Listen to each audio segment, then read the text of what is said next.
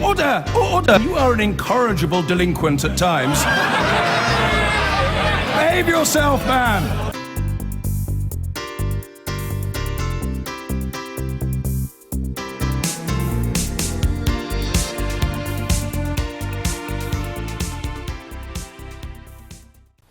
A new group will launch today with the aim of winning the support of ethnic minority voters for the Conservatives.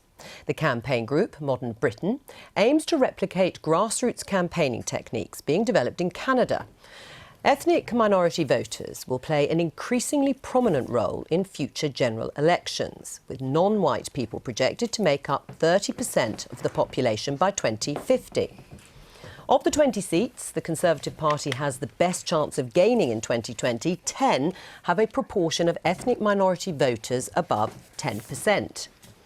In Ealing, Central and Acton, for example, the Conservatives only have to overturn a 0.5% Labour majority, while 29.9% of the electorate is black, Asian or mixed.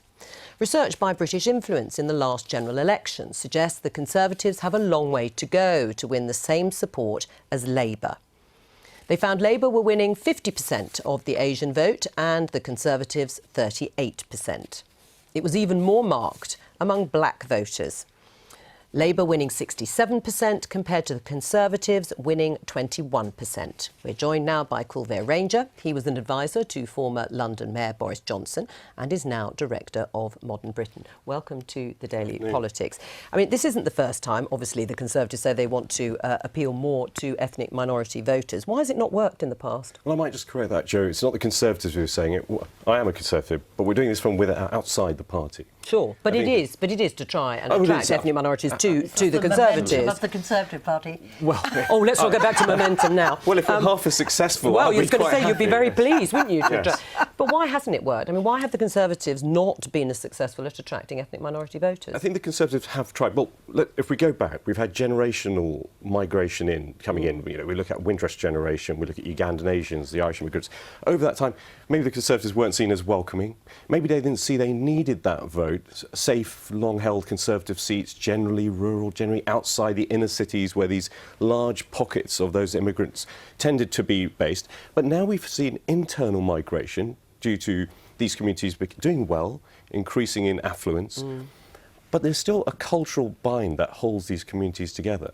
If we look at the black community, maybe it's around churches, it's around culture, it's around carnivals, it's around religion.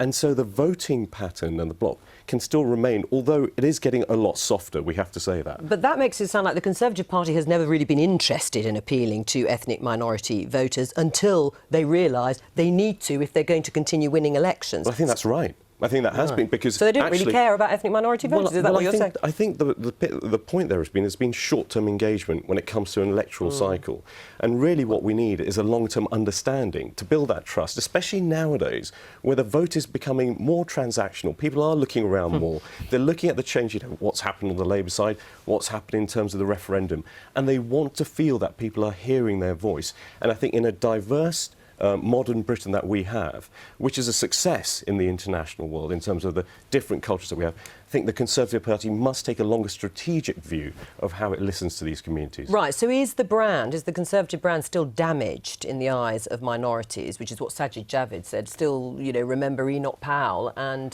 his speeches when he was a Conservative politician? I think, there is a generation that will remember that, but I think there's a lot more now, second, third, fourth generation, who will not recall Enoch Powell, who will not really understand what Rivers of Blood meant, but will think about modern conservatism through the eyes of what David Cameron has done over the decade as Prime Minister, engagement that he started, his 2020 agenda, and see, right, what does that mean? Where is the way of understanding that policy development can be informed from what those communities feel and want to see addressed? I mean, the problem for Labour is taking people for granted. It's lost Scotland. It lost a lot of its Labour voters in Heartland North. It could do the same with ethnic minority voters who, for whatever reason, tend to vote Labour. I mean, I agree, actually, Joe. I think that Labour cannot just assume that people who traditionally voted Labour will continue to do that. Neither can the Conservatives, actually. I don't think any political party can work on the assumption that you're tribal, that you'll do what your family did, your parents did.